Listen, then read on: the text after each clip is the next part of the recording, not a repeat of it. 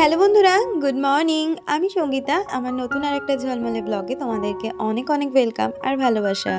কেমন আছো তোমরা সবাই? আশা করছি ভালো আছো আর সুস্থ আছো। আমরাও না বেশ ভালো আছি। আর আজকের দিনটি হচ্ছে বুধবার। ঘড়িতে এখন বাজে ওই সকাল 7টা নাগাদ। তোমাদেরকে সাথে নিয়ে আজকে ব্লগটা এখান থেকেই শুরু করছি। আই হোপ ব্লগটা তোমাদের একটু হলেও ভালো লাগবে। এইদিকে কিন্তু আমার স্নানটা হয়ে গেছে, আর স্নানের সময় যে জামা কাপড়গুলো থাকে সেগুলোকেও ভালো করে কেচে নিয়েছি আর এখন মেলে নিচ্ছি। প্রতিদিনই বেশ কিছু জামা কাপড় থাকে, সবার না হলেও আমার আর তোজোর কিন্তু থাকেই। আর সেগুলোকে এখন মেলে দিয়ে তারপরে ঠাকুরের জলটা তুলে পুজোটাও সেরে নেব। আর শীতের সকালে দেখো আজকে কিন্তু ভালোই ঠান্ডা পড়েছে। আর সকালবেলা স্নান করার পরে কিন্তু ঠান্ডা কিন্তু খুব ভালোই লাগে।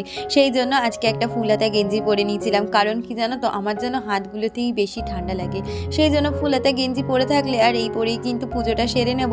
তো আজকে আবার হাজব্যান্ড বললো অনেক দিনই তো তোজোকে দিতে যাওয়া হয় না, তুমি বাজারেও যাও না, তাহলে চলো আজকে একটু বাজারে যাই, সাথে তোজোকেও দিয়ে আসি। আর এসেই নয় সংসারের কাজগুলো একের পর এক করে নিও। তাই জন্য আজকে এদিকে সমস্ত কাজ গুছিয়ে নিয়ে রেখে কিন্তু যাব তোজোকে দিতে, তারপরে বাজার হাট সেরে আসবো। আসলে এক আধ দিন মাঝে মধ্যে ইচ্ছেই করে যে আমিও একটু যাই ওদের সাথে। সকালবেলাটা বেশ এত ফ্রেশ আবহাওয়া থাকে, ওর মধ্যে একটু ঘুরে ঘাটে আসতে কিন্তু প্রতিটা মানুষের ভাল লাগে। শুধু সংসারের কাজের তাড়নাতে আর এই টাইমের চাপের কারণেই কিন্তু যেতে পারি না। তবে আজকে জোর কদমে গেছিলাম বলতে পারো, আর তারপরেই এসে বাকি কাজগুলো সেরে নিয়েছি। আর কথা বলতে বলতে ওদিকে কিন্তু পুজোটাও সেরে নিয়েছিলাম, আর এদিকে দেখলাম হাজবেন্ড কিন্তু চায়ের জলটা বসিয়ে দিয়েছি। তাই বললাম তুমি যাও, চলে যাও, আমি এবার করে নিচ্ছি, আমার তো পুজোটা দেওয়া হয়ে গেছে। তাই এদিকে দেখো চাটা করে নিচ্ছি, ওদিকে তো জলটা বসিয়ে রেখেছে, তারপর কাপ ঠাপগুলো গুছিয়ে নিচ্ছি, আর তারপরে তোজোর হরলিক্সটা করে নিয়ে আমাদের চাটাও করে নেবো। আর এখন এই চায়ের জলের মধ্যেই জানো তো তোজোর জলটাও নিয়ে নিই, 3 কাপ জল নিয়ে নিই। 1 কাপ জল তোজোর হয়ে যায় আর 2 কাপ জলে আমাদের চা হয়ে যায়। না হলে ওইদিকে আবার কারেন্ট খরচা করে আমাকে ইলেকট্রিক কেটেল জ্বালাতে হবে, সেদিকে কারেন্টটাও তো পুড়বে। সে কারণে একেবারে যখন গ্যাস ধরায়, গ্যাস খরচা 2 কাপ জল ফুটাতে গেলে 3 কাপ জল ফুটলেও একই খরচাই হবে। তো ওইদিকে দেখো কথা বলতে বলতে কিন্তু আমি এদিকে হরলিক্সটা করে নিয়েছি, সাথে ওইদিকে চাও হয়ে গেছে। তারপর তোজোর টিফিনটা গুছিয়ে দিয়ে এদিকে কিন্তু আমি রেডি হয়ে গেছি তোজোকে দিয়ে আসার জন্য। ওই যে বললাম ভালো ঠান্ডা পড়েছে, আর তোজোদের স্কুলের ওই সাইডটা না একদম ফাঁকা জায়গা, তো সেই জন্য ওই দিকের হাওয়াটাও বেশি। তাই রেডি হয়ে তোজোকে দিয়ে এসেছি, আর তারপরে একের পর এক কাজগুলো সেরে নিচ্ছি, কারণ এই বিছানাটা তো তোজোকে না দিয়ে আসা পর্যন্ত হয় না তোলা। তাই এখন এগুলোকে তুলে নিচ্ছি।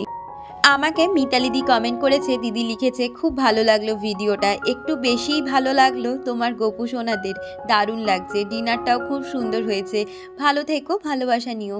কেন দিদি আজকে এতটা বেশি ভালো লাগলো? আজকে অন্যরকম রুটিন তোমাদের সাথে শেয়ার করলাম বলে ভালো লাগলো? সেটা কিন্তু অবশ্যই আমাকে আজকের ভিডিওতে জানিও।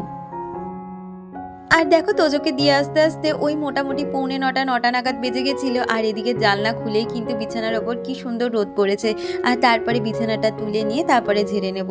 আসলে এই শীতের সময় না আমাদের বিছানায় এত সুন্দর রোদ পড়ে, ওইখানটা বসলেই যেন রোদ পোয়ানো হয়ে যায়। আর তারপরে তো এত বড় উঠোন রয়েছে, আমার মাদুরটা না নষ্ট হয়ে গেছে, এবারে একটা মাদুর কিনতে হবে।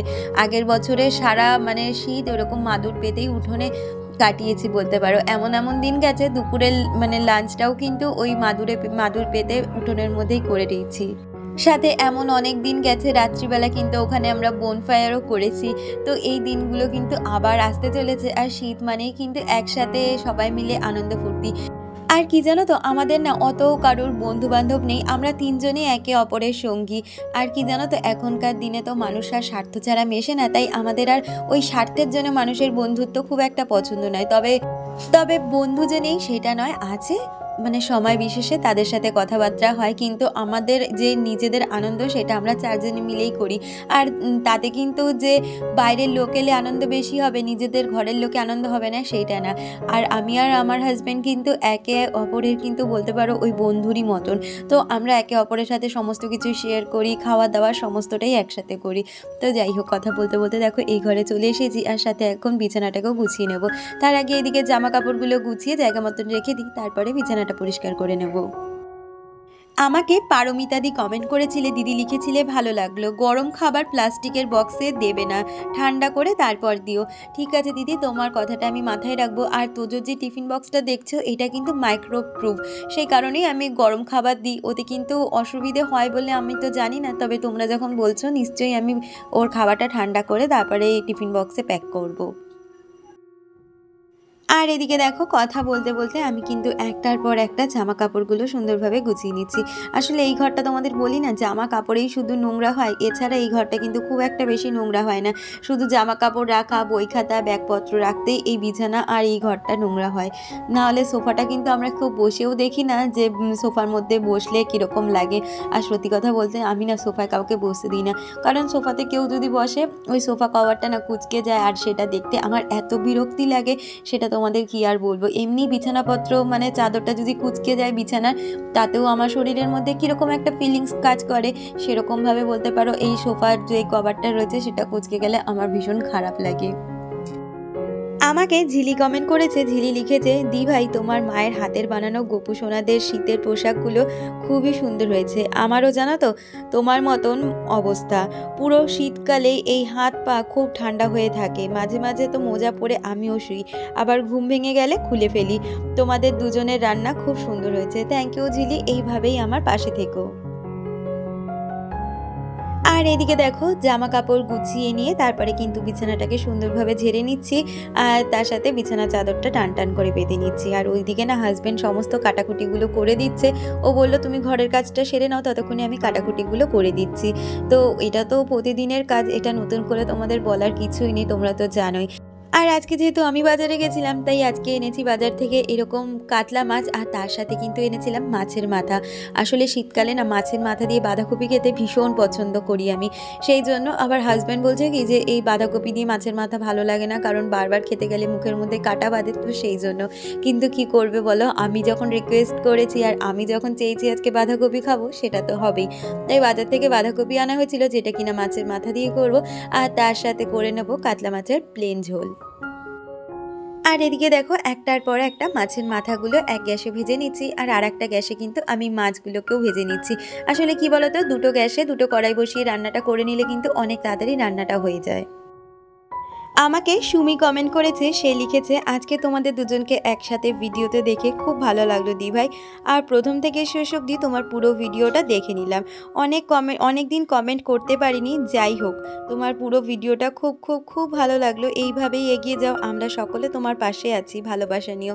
অনেক ভালোবাসা গো, তোমরা এই পাশে আছো বলে আমি কিন্তু এই একটু একটু পথ এগিয়ে যেতে পারছি। আশা করব আমার পরবর্তী চলার পথেও কিন্তু তোমরা এইভাবেই থাকবে। আর এদিকে কথা বলতে বলতে আমি মাছগুলো কিন্তু একের পর এক ভেজে নিচ্ছি, সাথে ওইদিকে কিন্তু বাঁধাকপির আলুটা ভালো করে ভেজে নিয়েছি, মানে একেবারে ফোড়ন দিয়ে আলুটা ভেজে নিয়েছি। আর তার সাথে আদা জিরে বাটা দিয়ে মশলাটা কষিয়ে নিয়ে বাঁধাকপিগুলো দিয়ে এবার রান্নাটা করে নেব। আর যেহেতু সিজনের বাঁধাকপি, তাই জন্য আর জল ফেললাম না, একেবারেই কিন্তু ঢাকা চাপা দিয়ে রান্না করব, তাতেই কিন্তু বাঁধাকপিটা মজে যাবে। আর এদিকে দেখো মাছগুলো ভেজে তুলে নিচ্ছি, সাথে এবারে আমি আলুগুলো ভেজে নেব, আর মাছের ঝোলটাও একদম আদা জিরে বাটা দিয়ে রান্না করে নেব। আমাকে টুম্পা কমেন্ট করেছে, সে লিখেছে, হাই দিদিভাই ভিডিওটা খুব ভালো লাগলো, দাদার রান্নাটা বেশ ভালো লেগেছে। Thank you so much. তোমাদের দাদা শুনলে কিন্তু ভীষণ খুশি হবে যে ওর রান্না তোমাদের এত পছন্দ হয়েছে। আর সত্যি বলতে ও কিন্তু রান্নাটাও খুব ভালো করে, একদম মিথ্যে কথা নয়। আমি তো নিজেও রান্না করি, তাই আমার রান্নার সাথে কখনো কখনো কম্পেয়ার করলে ওর রান্নাটাই বেশি বেটার হয়। আর সবাই বাড়িতে ওর রান্না খেতে কিন্তু খুব পছন্দ করে। সে তো আবার ভিআইপি মানুষ, ভালো মন্দ ছাড়া রান্না করবে না, আমাকে তো সব কিছুই রান্না করতে হবে। এদিকে দেখো মাছের মশলাটা কষিয়ে নিয়ে তারপরে কিন্তু মাছের ঝোলটাও করে নিচ্ছি। আর এদিকে যেহেতু গরম জল দিয়েছি তাই তাড়াতাড়ি ফুটে গেছে। আর তারপরে মাছগুলো দিয়ে ভালো করে সুসিদ্ধ হতে দিয়ে দিলাম। আর এদিকে বাঁধাকপিটাও মজে গেছে। এবারে মাছের মাথাগুলো দিয়ে ভালো করে ভেঙে ভেঙে বাঁধাকপিটাও রান্না করে নেব। আমাকে আলপনাদি কমেন্ট করেছে, সে লিখেছে, আমারও শীতকালে শরীর মোটেও গরম হয় না, হাত পা প্রচণ্ড ঠান্ডা হয়ে থাকে। আমার আর আমার মেয়ে, আমাদের বাড়ির 3 জনেরই বলতে পারো এইরকম অবস্থা। সেই জন্য আমিও রাতে শোয়ার সময় মোজা পরে ঘুমাই। হ্যাঁ গো, আমাদের যাদের হাত পা ঠান্ডা হয়ে যাওয়ার প্রবণতা রয়েছে তাদের মোজা ছাড়া কোনো উপায় নেই। কিন্তু কি জানো তো, আমার হাসব্যান্ডের পা এত গরম থাকে, ওর পাটাই বেশ ভালো। আমি বলি আমার পাটা কেন ভগবান এরকম দিল না যে সারা শীতে এরকম গরম থাকবে। তো যাই হোক, কথা বলতে বলতে দেখো এদিকে ভাতটাও হয়ে গেছে, সাথে এখন রান্নাঘরটাও পরিষ্কার করে নিচ্ছি। আর এই দেখো পাগলের মতন চুল ছেড়ে রেখেছি। আসলে এত ড্যান্ড্রাফ হয়েছে না, আজকে ভেবেছিলাম একটু লেবুর রস মাথায় দেবো, কিন্তু ভাবলাম না, আর দেওয়ার সময় নেই, কারণ আবার ওইদিকে তোজোকে আনতে যেতে হবে। সেই কারণে এই চুল ছেড়েই ঘুরে বেড়াচ্ছি। আর এখন শীতের সময় তো চুল ছাড়লেও কোনো সমস্যা নেই, সেই জন্য চুলটা ছেড়েই রয়েছি। আমাকে তামান্না কমেন্ট করেছে, সে লিখেছে খুব ভালো লাগলো। থ্যাংক ইউ তামান্না। আর প্রাণ যাচাই চ্যানেল থেকে দিদি কমেন্ট করেছে, দিদি লিখলো ভালো লাগলো। থ্যাংক ইউ দিদি, এইভাবেই তোমরা আমার চলার পথে সবসময় থেকো, তাহলে আমি আর একটু পথ এগিয়ে যেতে পারবো। আর এদিকে দেখো রান্নাঘরটা তোমাদের সাথে কথা বলতে বলতে ভালো করে কিন্তু মোছা ধোয়া করে নিচ্ছি। আর তারপরেই কিন্তু একটু সময় বসে নিয়ে তোজোকে আনতে চলে যাব। ওই যে তোমাদের এখন বলি না, যেহেতু শীতের দিন পড়ে গেছে তাই জন্য রান্নাটা এখন আমি বেশ কিছুটা দেরি করেই বসাচ্ছি, যার জন্য এখন আর হাতে সময় পাচ্ছি না যে নিজের রেস্ট নেওয়ার। আগে তো সময়টা করে নিচ্ছি রেস্ট নেওয়ার তো। আর আজকে তোজোকে যখন স্কুল থেকে আনতে যাই, পাশের বাড়ির ওই পুচকেটাকে নিয়ে গেছিলাম। সে তো তোজো দাদার স্কুলে যাবে শুধু খেলা করতে। এই যে বল পুলে দেখো দুজনে মিলে খেলছে। আর তারপরে বেশ কিছু ওদের প্লেগ্রাউন্ডের রাইডগুলো ছিল, সেগুলো চড়ে চলে এসছে। তাহলে বন্ধুরা, আজকের লাঞ্চ পর্ব দিয়েই ভিডিওটা শেষ করছি। দেখা হচ্ছে পরবর্তী ভিডিওর সাথে, ততক্ষণ তোমরা ভালো